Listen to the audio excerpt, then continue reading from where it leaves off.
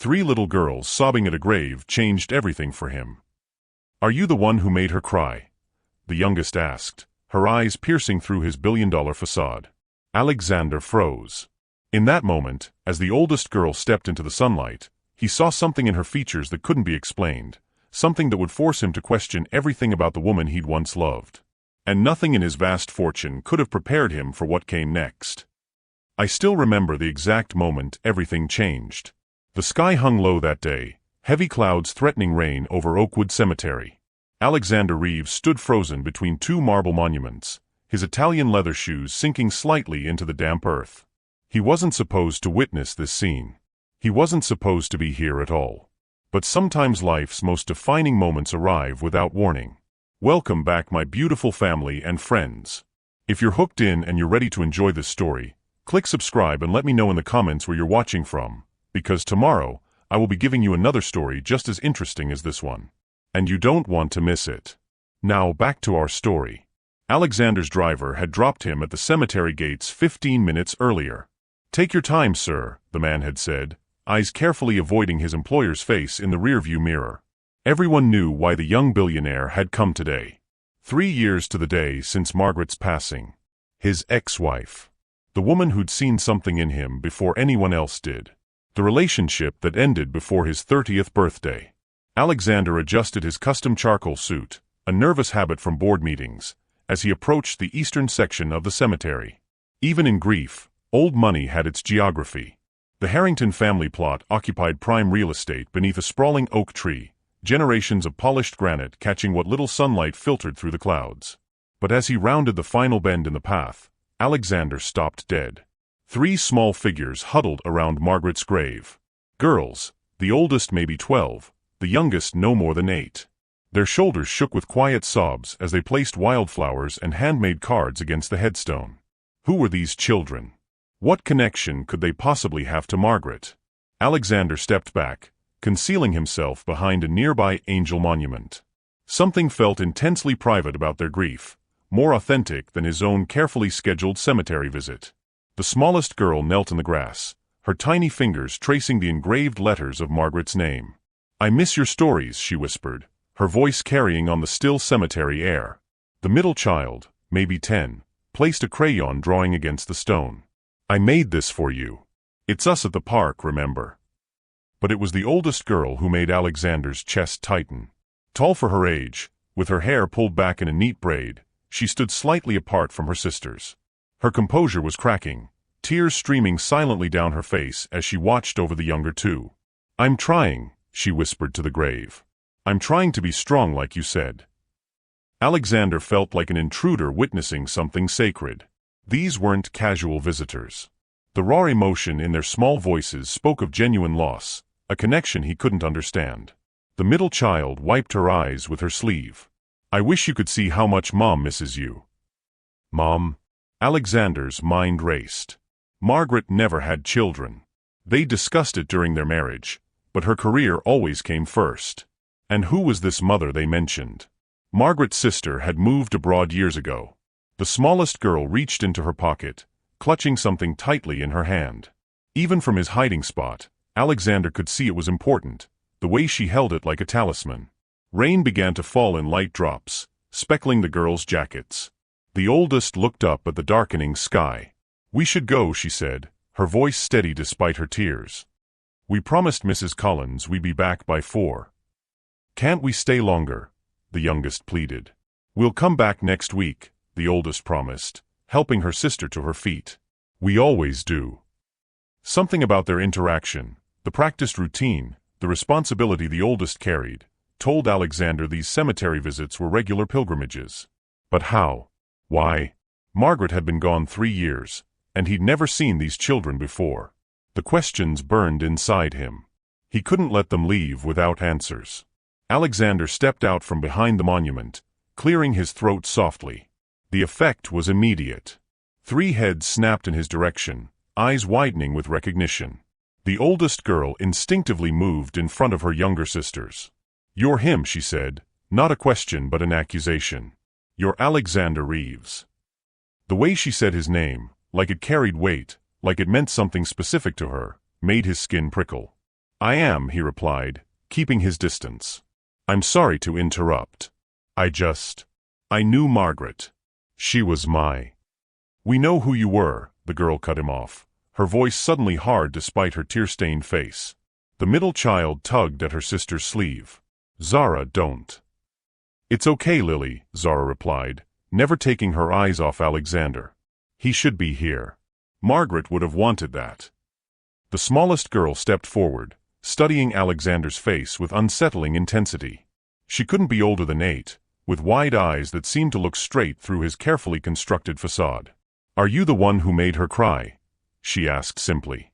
The question hit Alexander like a physical blow. Before he could form a response, Zara turned to face him fully.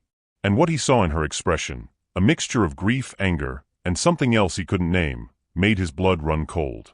Because in that moment, as she stepped into a patch of sunlight breaking through the clouds, Alexander saw something impossible in her features. Something that couldn't be explained. Something that would force him to question everything he thought he knew about the woman he'd once loved. And nothing in his billions could have prepared him for what came next. The cemetery confrontation haunted Alexander for days afterward. Those 3 girls, Zara's accusing eyes, the youngest's devastating question. But to understand why this moment shattered his carefully constructed world, you need to know where Alexander Reeves came from. Because his story wasn't supposed to end with billions in the bank and an empty mansion. It wasn't supposed to begin in poverty, either. 15 years earlier, Alexander wasn't a name that commanded boardrooms or graced magazine covers. He was just Alex, a skinny teenager from Westbrook Heights, the kind of neighborhood where ambition often died young. His childhood home stood at the end of Maple Street, a narrow 2-bedroom rental with peeling paint and windows that rattled when trains passed. His mother worked double shifts at County General Hospital, her nursing scrubs perpetually smelling of industrial disinfectant. The walls of their kitchen displayed exactly one luxury, a framed photograph of his mother receiving her nursing degree, her smile wide despite the exhaustion in her eyes. Education is the only thing they can't take from you, she'd tell him, night after night. Remember that, Alex. The neighborhood shaped him in ways money never could. The Rodriguez family next door shared homemade empanadas every Sunday. Mrs. Washington from across the street watched him after school, teaching him chess on her porch while her grandson Marcus taught him how to stand up to bullies. The Kumar twins showed him how to fix anything with duct tape and determination. But Westbrook Heights also taught Alexander harsher lessons. He was 12 when he witnessed something that would change him forever. Marcus's family had been renting the blue house on the corner for 8 years. They'd never missed a payment. Marcus's father worked 2 jobs to make sure of it. But that didn't matter when the property management company changed hands. We don't feel you're a good fit for this community anymore, the new landlord said. Alexander watched from Mrs. Washington's porch as Marcus's parents argued, showing receipts, pleading. The landlord's eyes never met theirs. I've made my decision. 3 days later, their furniture sat on the curb in the rain. That's just how it is, Mrs. Washington said quietly, her hand tight around Alexander's shoulder. Been that way my whole life. But Alexander couldn't accept that answer. Even at 12, something fierce and determined ignited inside him. It's not right, he insisted. Mrs. Washington's smile held centuries of wisdom. No, child. It's not right. Question is, what are you going to do about it when you grow up?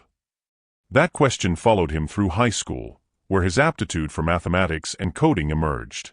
While other teenagers chased popularity, Alexander chased perfect grades. His guidance counselor called him pathologically focused. His classmates called him worse. But when the MIT acceptance letter arrived, full scholarship, his mother framed that too. College should have been Alexander's great equalizer, his entry into a world where merit trumped background. Instead, it became his first lesson in how deeply privilege was embedded in American success. His roommate Trevor arrived with 3 credit cards and connections to venture capitalists through his father's golf club. Other students spent summers interning at family-friend startups. Alexander worked night shifts at a 24-hour diner, sending half his earnings home to his mother. The unfairness might have crushed someone else. For Alexander, it crystallized into pure determination. I'll build something they can't ignore, he promised himself. Something so valuable they'll have to let me in. His breakthrough came during his junior year in Professor Margaret Harrington's Advanced Data Structures class. While other professors saw Alexander as merely bright, Margaret recognized something rarer, a mind that could reconstruct entire systems from first principles. "You don't just solve problems," she told him after class one evening. "You reinvent the framework." At 38, Margaret Harrington had already revolutionized database architecture with her doctoral research. Her algorithms powered systems used by millions. Unlike most of his professors, she didn't come from academic royalty. Her father had been a mechanic, her mother a librarian. Perhaps that's why she noticed Alexander when others overlooked him.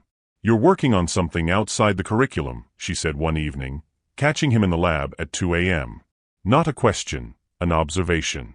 Alexander hesitated before showing her his project, an algorithm that could predict housing price fluctuations by analyzing patterns invisible to traditional models. "I grew up watching families lose their homes while investors got rich from their misery," he explained. "The system's rigged, but maybe technology could level it." Instead of dismissing his idealism, Margaret pulled up a chair. "Show me how it works," she said simply. Those late-night coding sessions evolved into coffee meetings, which transformed into dinner discussions about ethics, technology, and justice. Margaret wasn't just brilliant. She was principled in a way Alexander had rarely encountered in the tech world. "Wealth without purpose is just hoarding," she told him once. "Power without compassion is just tyranny." By the time Alexander graduated, their relationship had shifted. The 15-year age gap seemed meaningless against their intellectual connection. When he finally kissed her after his graduation ceremony, it felt inevitable. What wasn't inevitable was how quickly Alexander's career exploded afterward. His housing algorithm, refined with Margaret's guidance, became the foundation for his first startup, Fair Market Analytics. While competitors focused on maximizing investor returns, Fair Market helped ordinary people understand when to buy, sell, or hold their most valuable asset, their homes. Venture capitalists initially dismissed it as charity tech. Then the user numbers started doubling every month. "People trust you because you're actually helping them," Margaret explained. "That's the secret sauce these tech bros will never understand." When Alexander sold Fairmarket for $47 million 2 years later, headlines called him an overnight success. Only Margaret knew about the nights he'd worked until his fingers cramped, the rejection letters papering his apartment walls, the times he'd nearly given up. They married in a small ceremony at the Botanical Gardens. His mother cried. Mrs. Washington came with homemade sweet potato pie. Marcus flew in from Chicago. The Rodriguez family brought enough food to feed half the city. For one perfect day, Alexander believed he could have everything: success and purpose, wealth and roots, ambition and love.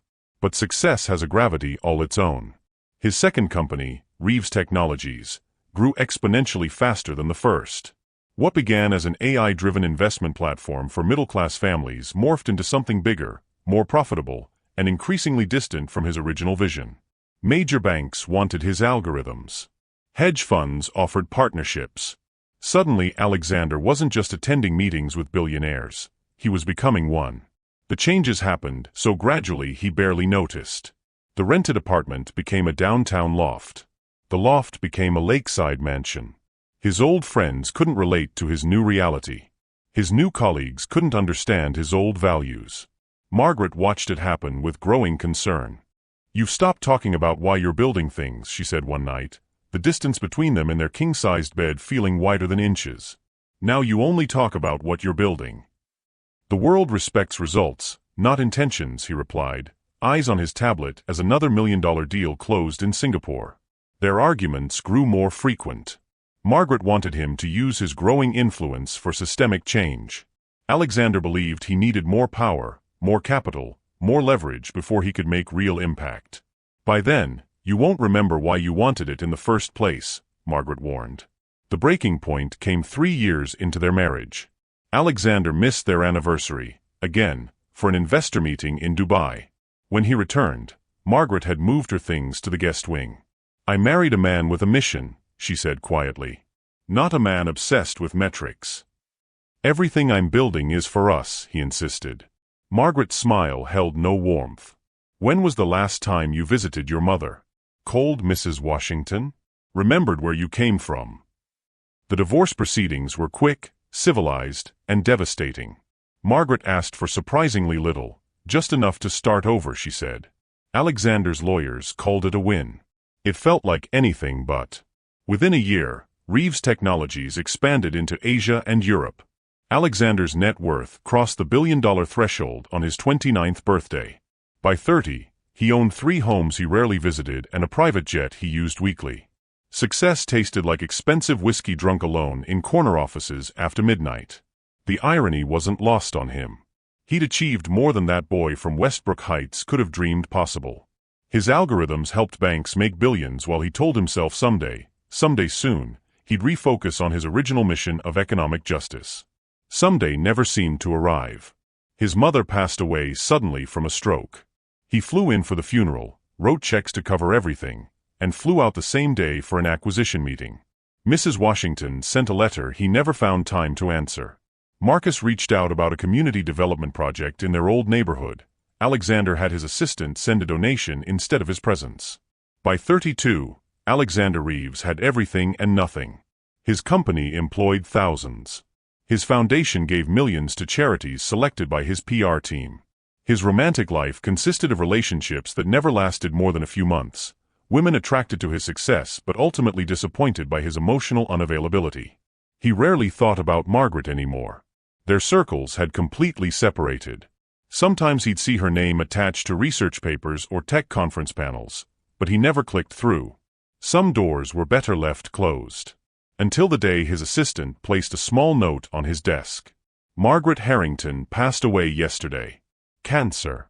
The funeral is Saturday at Oakwood Cemetery. Alexander stared at the note for a full minute, emotions he couldn't name rising in his throat. 3 years of silence. 3 years of pretending their relationship had been a detour rather than the most authentic connection of his life. And now, nothing. No chance to apologize. No opportunity to explain how success had warped him into someone she wouldn't recognize. No moment to thank her for seeing potential in that hungry scholarship student when no one else had bothered to look. The day Margaret called to tell him she was sick, Alexander was in the middle of closing a $500 million deal. His assistant took a message. He meant to call back. The deal was complex. The timing was critical. By the time he remembered, 2 weeks had passed. When he finally called, her number had been disconnected. Now, standing in that cemetery facing 3 young girls with tear-stained faces, Alexander confronted the cost of his choices. Whatever these children represented, whatever connection they had to Margaret, he knew with sudden, devastating clarity that he had missed something essential while chasing his billions. "Are you the one who made her cry?" the youngest girl had asked. And for the first time in years, Alexander Reeves found himself without a strategic response, a business solution, or a way to delegate the problem. Because the answer, the honest answer, was yes. If you had to choose between pursuing your dreams or supporting someone you once loved, what would you do? Drop your thoughts in the comments. I read every single one. Yes. The word hung in the cemetery air, surprising Alexander as much as the children. He hadn't meant to answer the youngest girl's question so honestly. Billionaires didn't admit fault, not to adults, certainly not to children.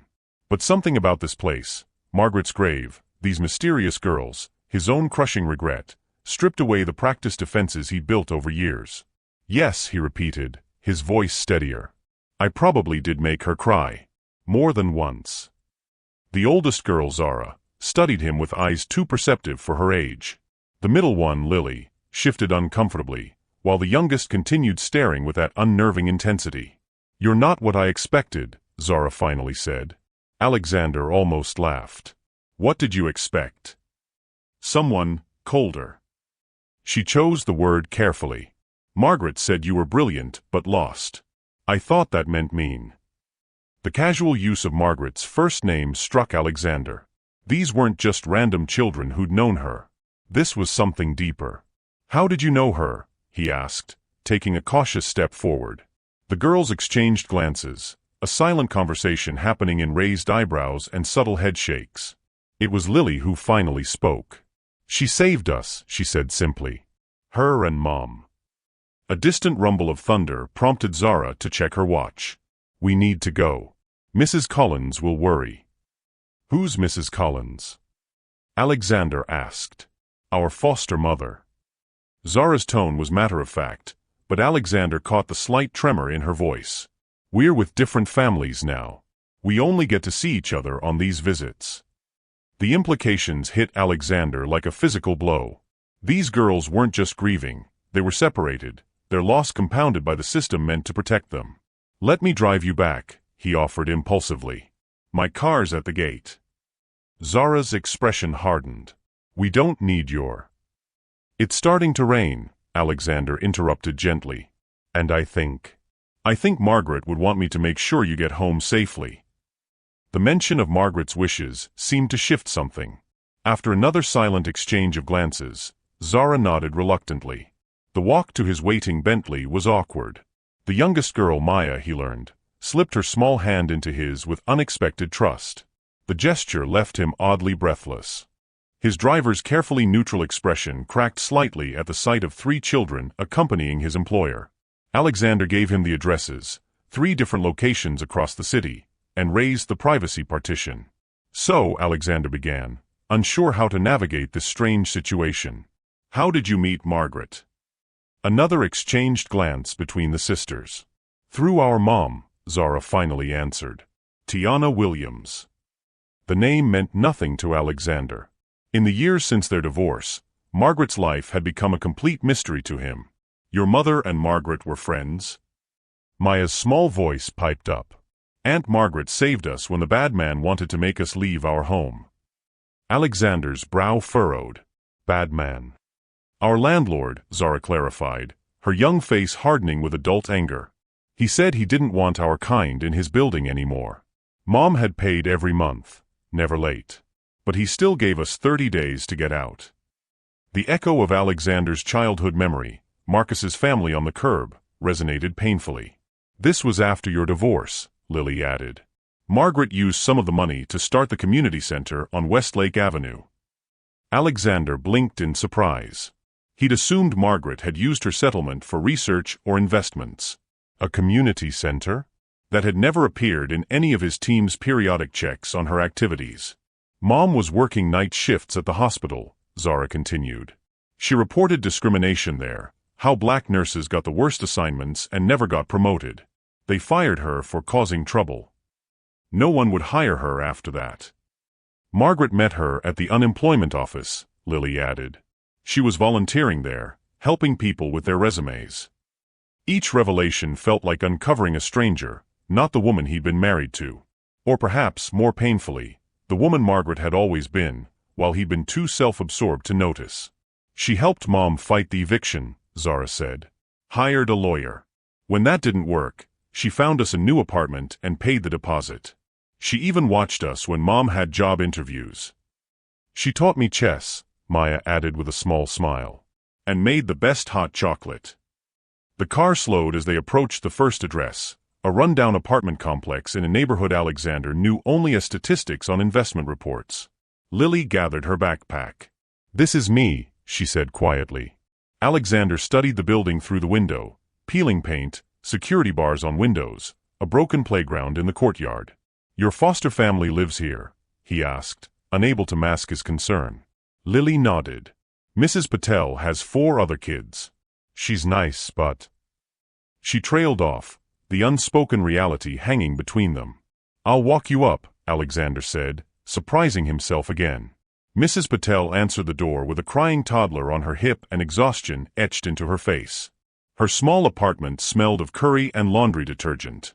She barely glanced at Alexander, too busy to register that a billionaire stood at her threshold. You're late, she told Lily, not unkindly. Homework before dinner. Yes, ma'am, Lily replied, slipping past her into the crowded apartment. Back in the car, the atmosphere grew heavier.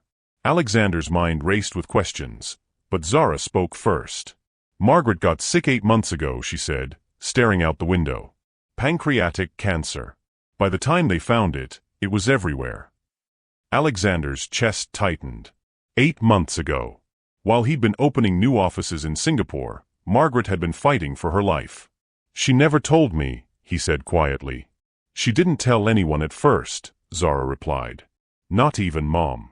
She just kept helping people, running the center, fighting slumlords.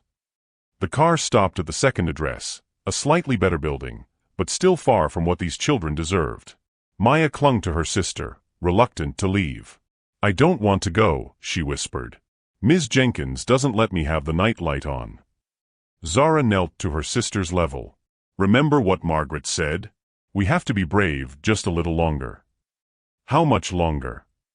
Maya's voice cracked. "I don't know," Zara admitted, her composure slipping.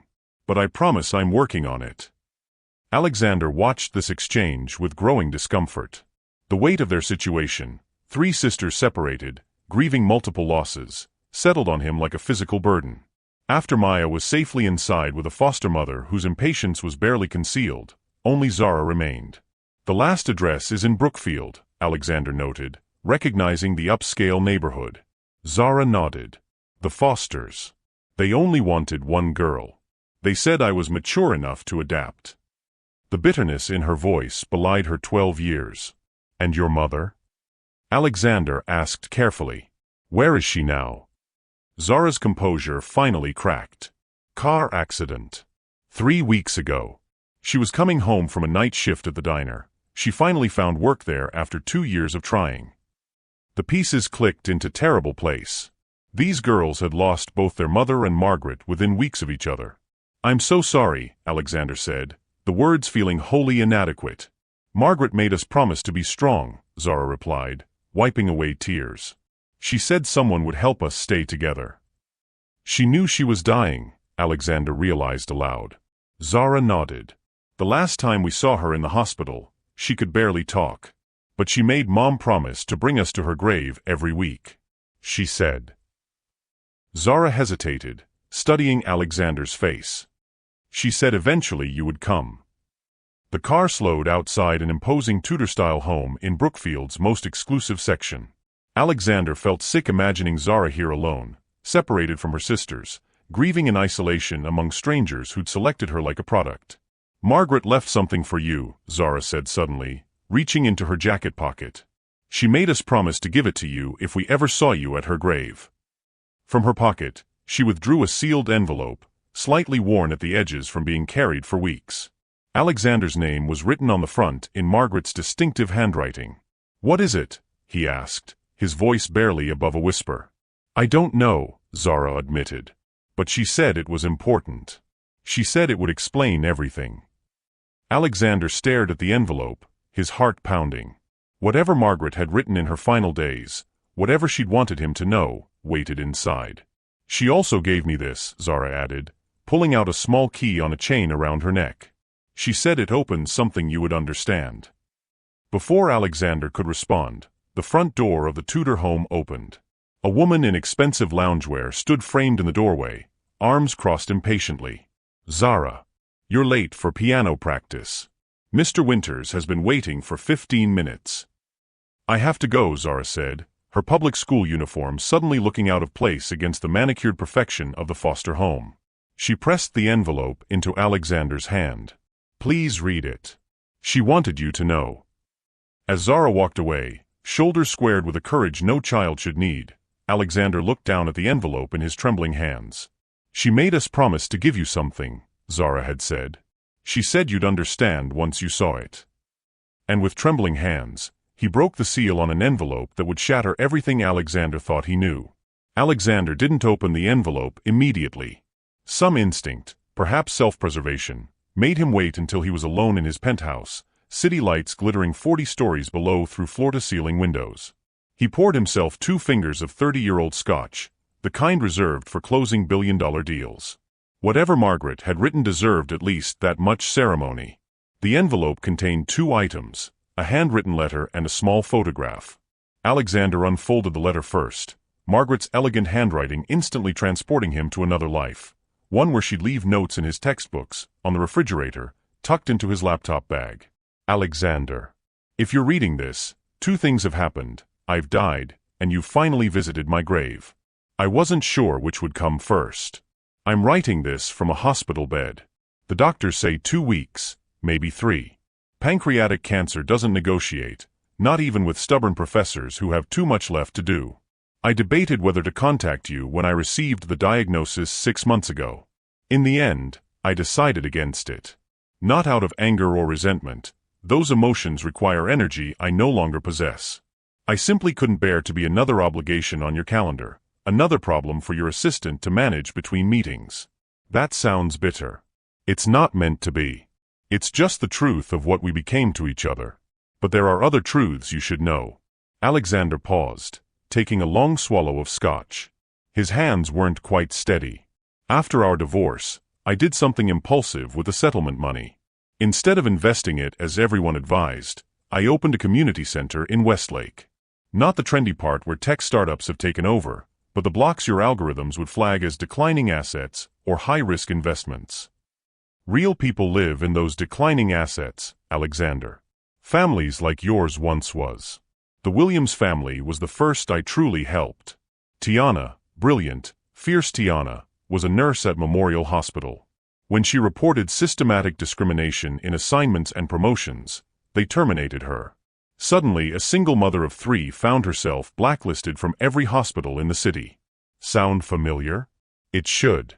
It's what happened to your mother when she advocated for better patient care ratios. The difference is, your mother had only 1 child to support. Tiana had 3 daughters, Zara, Lily, and Maya. Alexander's breath caught. The photograph slipped from the envelope onto his lap. 3 smiling girls with their arms around a thin woman in scrubs, Tiana, and beside her, Margaret. They stood in front of a modest storefront with a hand-painted sign, Harrington Community Center. Margaret looked thin in the photo, her smile tight at the edges. Now he recognized the signs of someone fighting to appear healthy. When Tiana's landlord decided to upgrade the building, code for doubling the rent to force out existing tenants, I used what connections I had left to fight it. We lost. Turns out the property management company was a subsidiary of Westlake Development Group. Remember them? The same company that evicted your friend Marcus's family 20 years ago. Some things never change unless someone forces them to. I found Tiana and her girls a new apartment. I helped her fight for unemployment benefits while she searched for work. I watched Zara, Lily, and Maya after school while she went to interviews where people would look at her resume, see Memorial Hospital, and suddenly remember the position was filled. During this time, something unexpected happened. These 4 fierce, resilient humans became my family. The family we once talked about having, before quarterly earnings and market expansion became your only measure of success. The accusation stung because it was true. Alexander set down his glass, the expensive scotch suddenly tasting like ash. I'm not telling you this to make you feel guilty. I'm telling you because I need you to understand what happened next. 6 months ago, when the diagnosis came, I made a choice. I could spend my remaining time fighting a losing battle with my body, or I could use that time to secure Tiana and her daughter's future. I chose them. I liquidated everything, my retirement accounts, my parents' house in Connecticut, even my beloved first edition book collection. Every dollar went into a trust for Tiana and the girls. Enough to secure stable housing, education for the girls, a cushion to allow Tiana to retrain for a career where her skills would be valued. The doctors wanted me to start treatment immediately.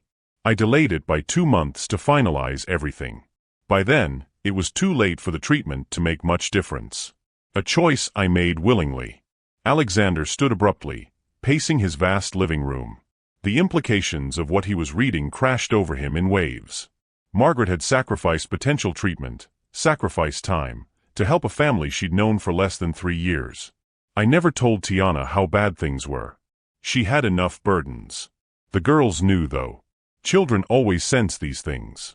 Zara would bring me tea and sit quietly while I rested. Lily would read to me, her voice so earnest as she sounded out difficult words. Maya would crawl into my hospital bed, her small body curled against mine, somehow knowing when the pain was worst.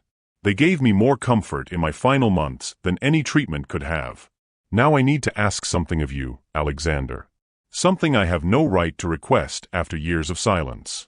Tiana is doing her best, working 2 jobs now. But the system is designed to crush people like her. 1 medical emergency, 1 car breakdown, 1 missed rent payment, and everything I've built for them collapses. They need protection I can no longer provide. I'm not asking you to save them because it's the right thing to do. I'm asking because saving them might also save you.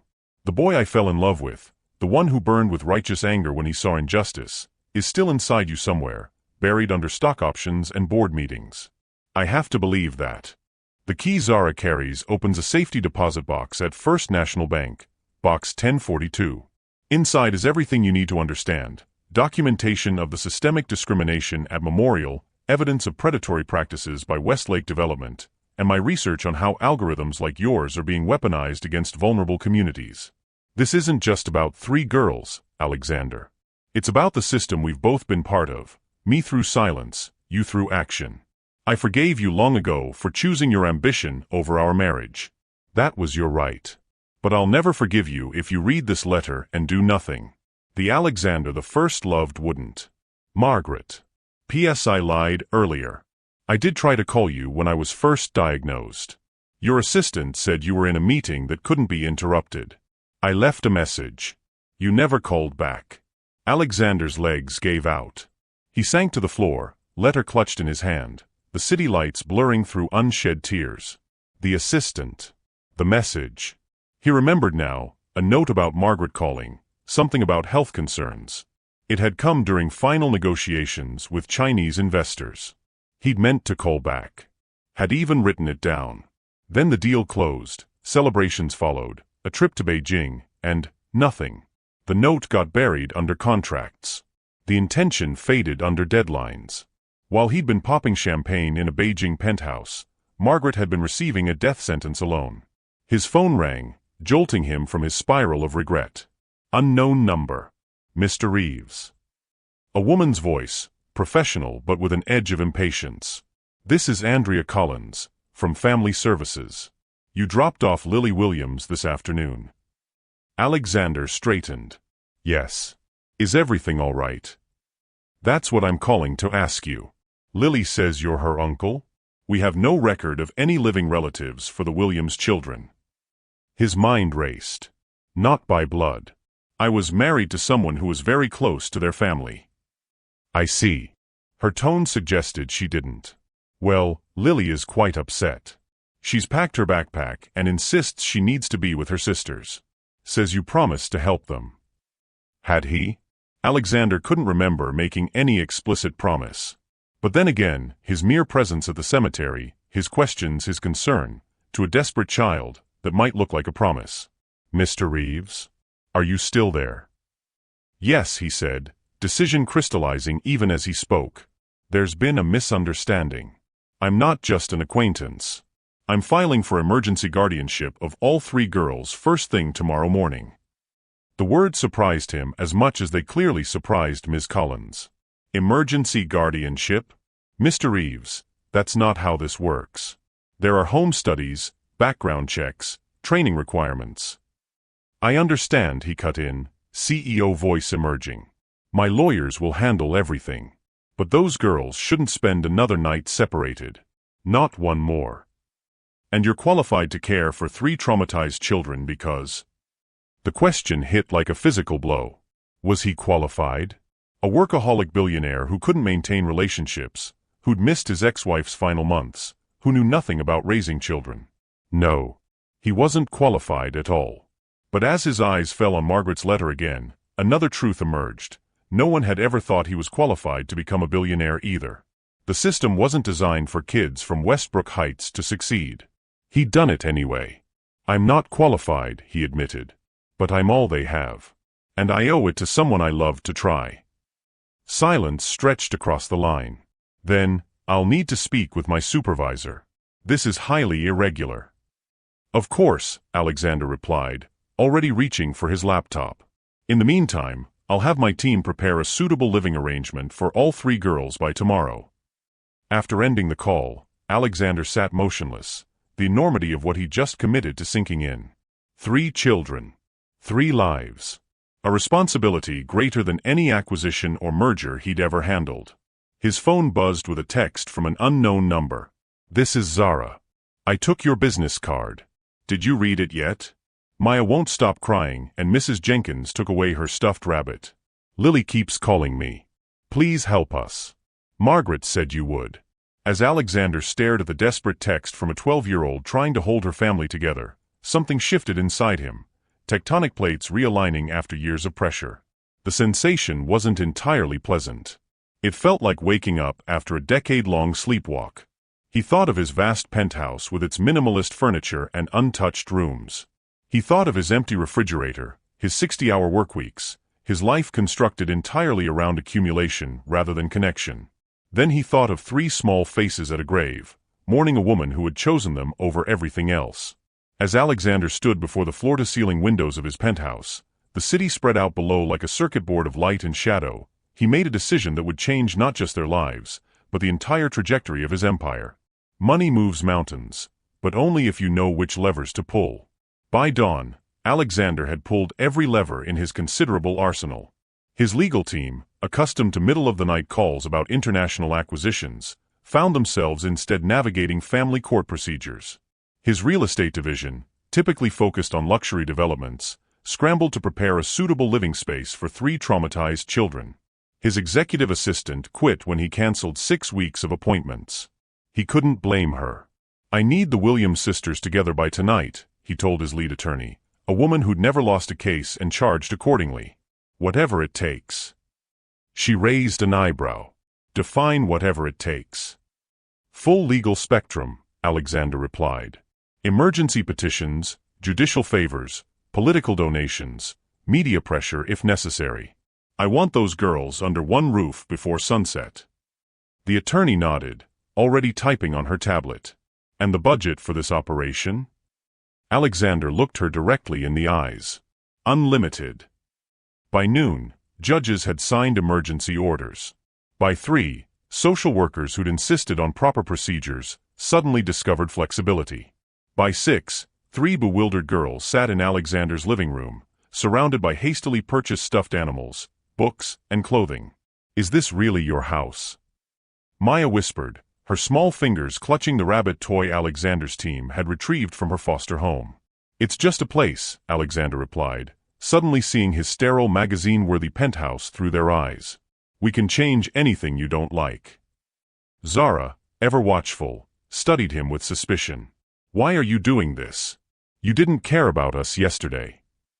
The question deserved honesty. "I didn't know you existed yesterday," Alexander said. "But Margaret did. She cared enough to." He paused, searching for words that wouldn't frighten them. "She cared enough to make sure I'd find you." "Are we staying here now?"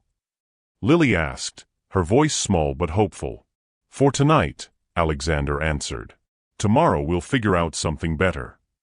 That night, after his chef prepared a dinner the girls barely touched, after his housekeeper made up guest rooms with fresh linens, after he'd awkwardly wished them good night, Alexander sat alone in his home office and opened his laptop. First National Bank, Box 1042. He'd sent his head of security to retrieve the contents that afternoon. Now a thick folder sat on his desk, Margaret's meticulous organization evident in the labeled sections and color-coded tabs. The first section contained medical records, Margaret's diagnosis, treatment options, survival rates with and without immediate intervention. Clinical notes documented her decision to delay treatment to handle personal affairs. A timeline showed how those 2 months had likely cost her any chance of remission. Alexander forced himself to read every page, a self-imposed penance. The second section focused on Tiana Williams, her employment records, performance reviews, all exemplary, the incident report she'd filed documenting racial discrimination, and her subsequent termination. Margaret had compiled statements from other nurses corroborating Tiana's claims, statistics showing promotion patterns based on race, even recordings of conversations with hospital administrators. It was a lawsuit waiting to happen, evidence meticulously gathered but never filed. The third section hit closest to home, housing discrimination. Margaret had documented dozens of cases across the city, families denied rentals despite perfect credit, rent increases targeting specific demographics, maintenance requests ignored in certain units. At the center was Westlake Development Group, the same company that had evicted Marcus's family 20 years earlier, now grown into a real estate empire with holdings throughout the city. A yellow sticky note in Margaret's handwriting caught his eye. "Check ownership structure, shell companies?" Alexander pulled out his phone, calling his CFO despite the late hour. "I need everything we have on Westlake Development. Specifically, I need to know if we have any connection to them. Investments, partnerships, shared board members." "At this hour?" The CFO's voice was groggy. "Now," Alexander confirmed. "And I need the algorithm specs for our housing investment AI. All versions." Sleep eluded him that night. While three exhausted girls slept down the hall, Alexander dove into Margaret's research, cross-referencing it with his company's data. As dawn broke, a sickening pattern emerged. Reeves Technologies had never directly invested in Westlake development, but three of their mutual funds had. Their banking division had approved loans for Westlake projects. And most damning of all, their predictive algorithm had classified neighborhoods like Tiana's as optimization targets for demographic transition. Corporate speak for gentrification. For pushing out families like the Williams sisters. Alexander had built the system that helped destroy their home. The realization hit him physically, sending him to the bathroom to retch. When he emerged, Zara stood in the hallway, watching him with those two perceptive eyes. "Are you sick too?" she asked quietly. Alexander straightened, wiping his mouth. "No. Just realizing some things about myself I don't like very much." Zara nodded as if this made perfect sense. "Margaret said that happens when you really see yourself. She said it hurts, but it's how you grow." Out of the mouths of children. That morning, Alexander made his first attempt at breakfast for the girls. Burnt toast and runny eggs they politely pretended to enjoy. As they ate, he made a decision. "I'd like to see where you lived," he said. "With your mom and Margaret. Would that be okay?" The sisters exchanged glances, that silent communication he was beginning to recognize. "Why?" Zara finally asked. "Because I need to understand," Alexander replied simply. Their former apartment building sat on the edge of Westlake, an area caught between its working-class roots and encroaching luxury developments. The brick structure had once been handsome, but neglect had taken its toll. Crumbling steps, security doors propped open with bricks, windows patched with cardboard. "We lived on the third floor," Lily explained as they climbed stairs that reeked of urine and marijuana. "Apartment 3C. The super never fixed our bathroom ceiling," Zara added. "It leaked whenever upstairs took a shower. Mom put buckets," Maya contributed. "Like a game." A game. Alexander's throat tightened. The current tenant, a young mother with twin toddlers, reluctantly let them look around after Alexander offered cash. The ceiling still leaked. The roaches still scattered when lights turned on. The windows still didn't close properly. "Rent's going up next month," the woman told him, bouncing a fussy baby on her hip. "Third time this year. They're trying to push us out, but where am I supposed to go?" Where indeed? The question followed Alexander as they left the building. "Margaret's community center is 2 blocks that way," Zara pointed. "Can we go see it?" The Harrington Community Center occupied a former laundromat, its windows decorated with children's artwork. A hand-painted sign announced, "Free legal aid Tuesdays and Thursdays and job search help walk-ins welcome." Inside, a dozen people worked at computers, while volunteers circulated offering assistance. In one corner, children played in a makeshift daycare area. The walls displayed information about tenant rights, minimum wage laws, and healthcare access. No one recognized Alexander Reeves without his bespoke suit and CEO demeanor. But everyone recognized the Williams sisters. "Oh my God, girls!" A heavy-set woman with graying braids enveloped them in a hug. "We've been so worried. The system split you up." "We're together now," Zara explained, gesturing toward Alexander. "This is, a friend of Margaret's," Alexander supplied. "I'm helping the girls temporarily." The woman, Beverly, according to her name tag, studied him skeptically. Margaret never mentioned a male friend. "We were out of touch," Alexander admitted. "I only recently learned about her work here." Beverly's expression softened slightly. She was something special, that woman. Fighting for everyone else even while she was sick. Never saw anything like it. "What happens to this place now?" Alexander asked, noting the past due rent notice partially hidden behind the reception desk. Beverly sighed. "We're hanging on by a thread. Margaret's money kept us going, but without her." She shook her head. "Building's been sold anyway.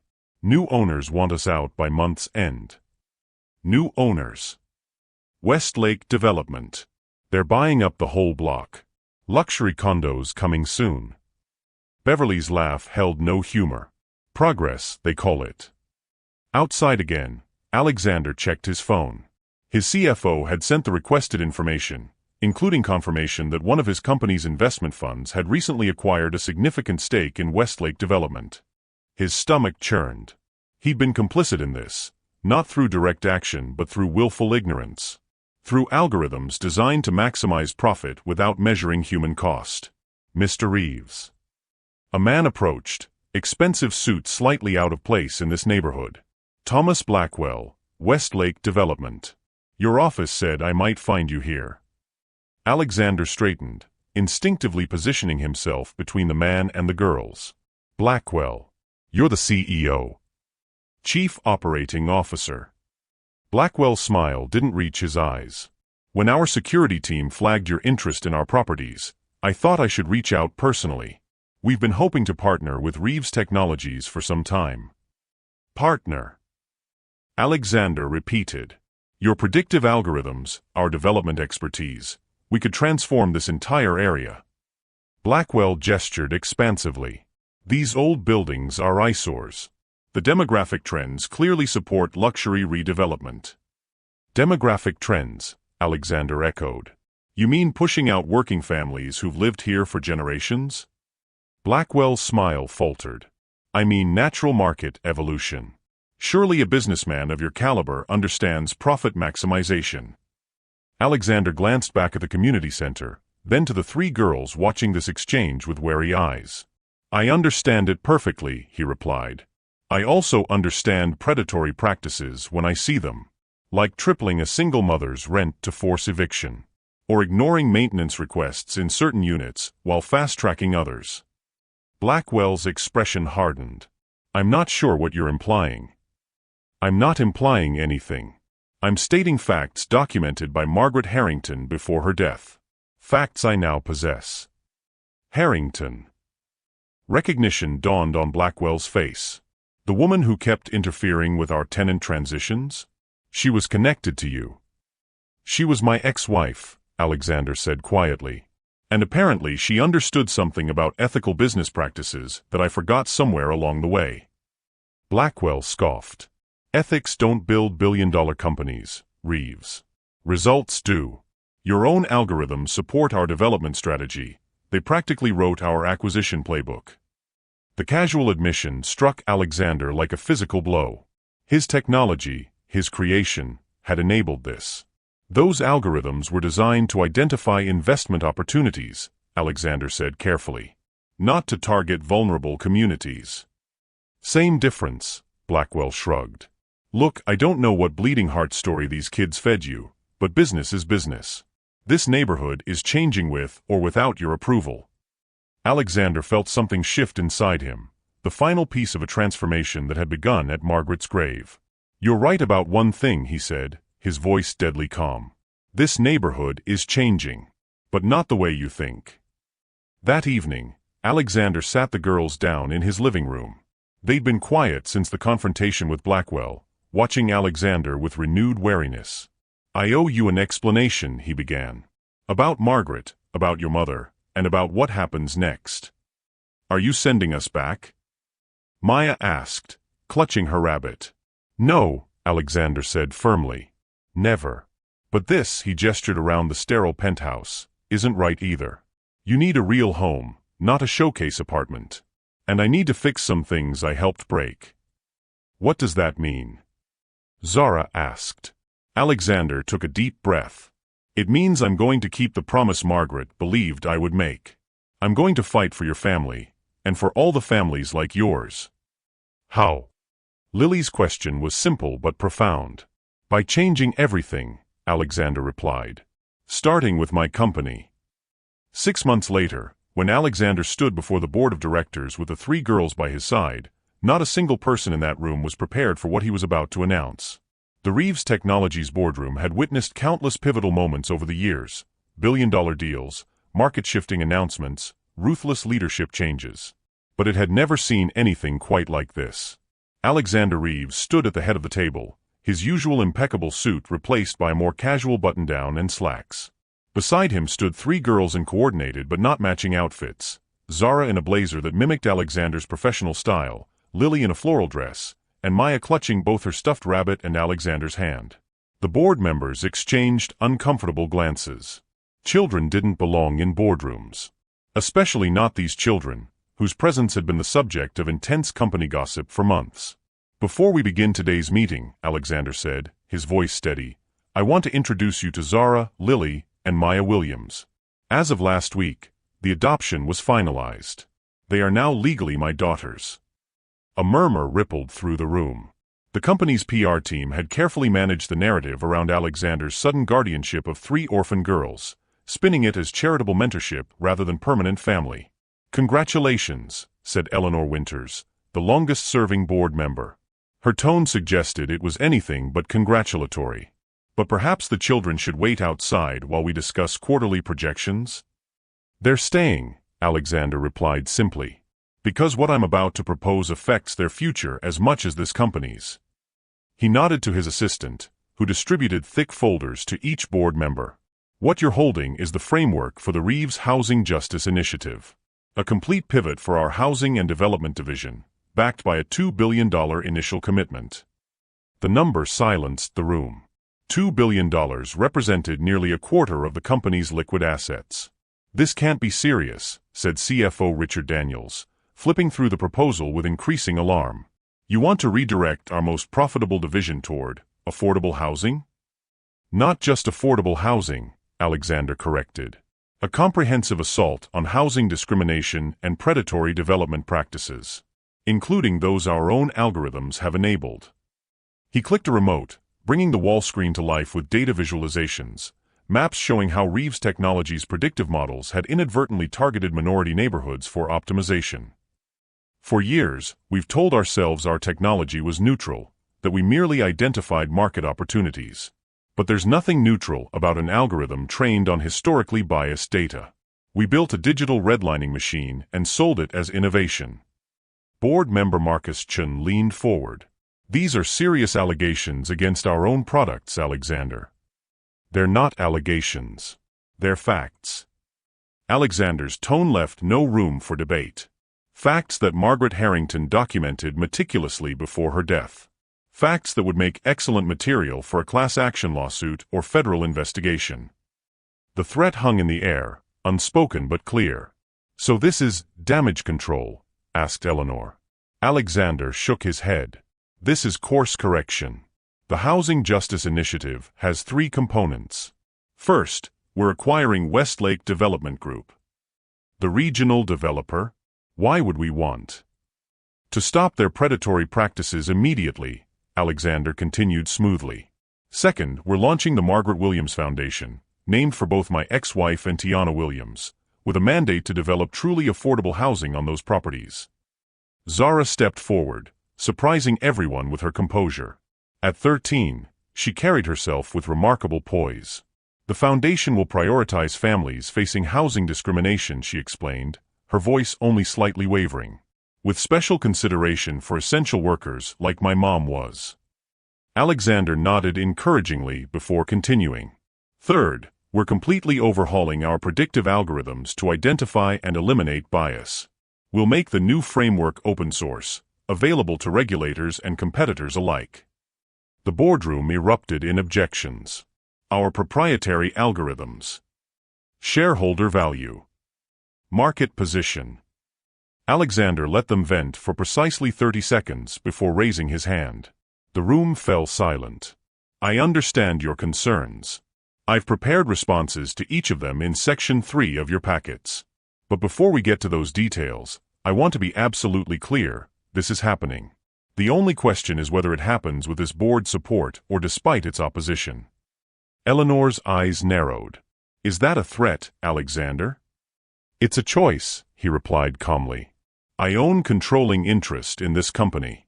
I can replace this entire board if necessary. But I'd rather work with you to transform Reeves Technologies into something we can all be proud of."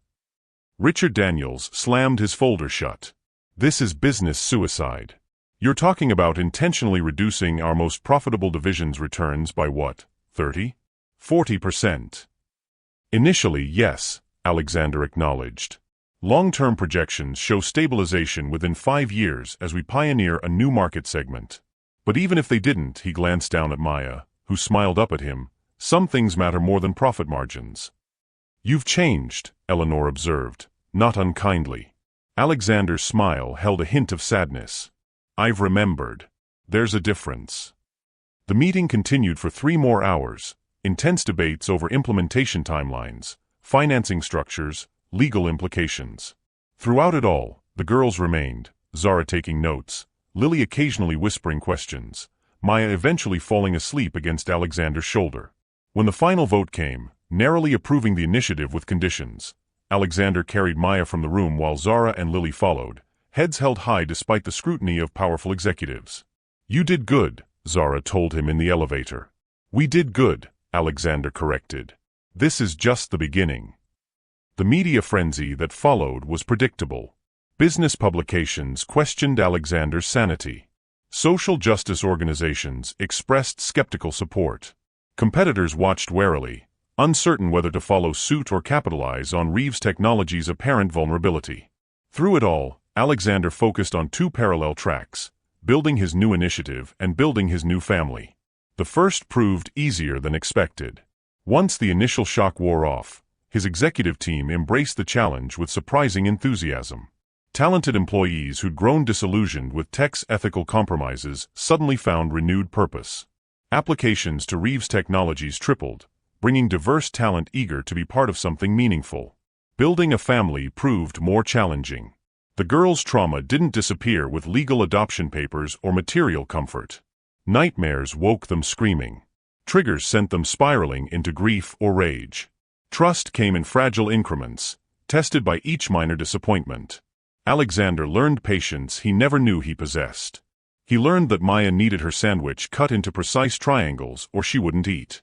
That Lily processed emotions through art, filling sketchbooks with images too raw for words. That Zara checked the locks 3 times before she could sleep, terrified of more loss. He learned that billion-dollar deals were simple compared to middle school social dynamics. That board meetings were less intimidating than parent-teacher conferences. That no business victory could match the triumph of Maya's first genuine laugh in their home. 1 year after that cemetery encounter, Alexander stood with the girls at the ribbon-cutting for the first Margaret Williams housing community. Where once stood neglected apartments now rose a thoughtfully designed complex, modern, sustainable, and genuinely affordable. Former residents displaced by Westlake's predatory practices received priority placement, returning to a neighborhood they believed lost to them forever. Among them was Mrs. Washington, Alexander's childhood neighbor, now elderly but still sharp-eyed and straight-backed. Margaret would be proud, she told him, patting his cheek like he was still 12 years old. Of the buildings, yes, but mostly of them. She nodded toward the girls, who were helping younger children plant flowers in the community garden. I hope so, Alexander replied. I'm trying to keep the promise she thought I would make. Child, Mrs. Washington smiled, you're doing more than trying. You're doing. That evening, Alexander took the girls to visit 2 graves, Margaret's and Tiana's, now located side by side thanks to a quiet arrangement with the cemetery. They placed flowers and small stones, observed a moment of silence. As they turned to leave, Maya tugged Alexander's hand. Do you think they can see us? Mom and Aunt Margaret. Alexander knelt to her level, considering the question with the seriousness it deserved. I don't know for sure, but I like to think they can. I think they'd be happy we're together, Lily offered. Like a weird new family. Not weird, Zara corrected, protective as always. Just different. Alexander smiled, pulling all 3 into a gentle embrace. Different is good. Different is how things change. As they walked back to the car, not the Bentley anymore, but a practical SUV with booster seats and soccer gear, Alexander reflected on the strange journey that had brought them here. How the sight of 3 girls weeping at a grave had cracked open something calcified within him. How loss had created space for new connection. His phone buzzed with a message from his executive team. Another housing development had been approved in a different neighborhood. The work continued, expanding beyond his initial vision. The Margaret Williams Foundation now offered scholarships for children from marginalized communities. The Harrington Community Center had expanded to 3 locations. It wasn't perfect. Nothing was. Alexander still worked too much. The girls still carried their trauma. The system still favored the powerful over the vulnerable. But they were changing that system, one building, one algorithm, one family at a time. Ice cream before dinner? Alexander suggested impulsively, earning 3 identical expressions of shock followed by enthusiastic agreement. As they detoured toward their favorite ice cream shop, Alexander caught sight of their reflection in a store window, a tall man and 3 girls of varying heights, walking in step, connected by something stronger than blood. The billionaire who once measured success in stock prices now counted it differently, in Maya's nightmares growing less frequent, in Lily's artwork featuring more colors than gray, in Zara occasionally letting someone else take charge. In the knowledge that wealth wasn't just measured in dollars, it was measured in lives changed. This story reminds us that wealth isn't just measured in dollars, it's measured in lives changed. If this story moved you, please consider subscribing. And more importantly, ask yourself, what legacy are you building with the resources you have? I'd love to hear your thoughts in the comments below.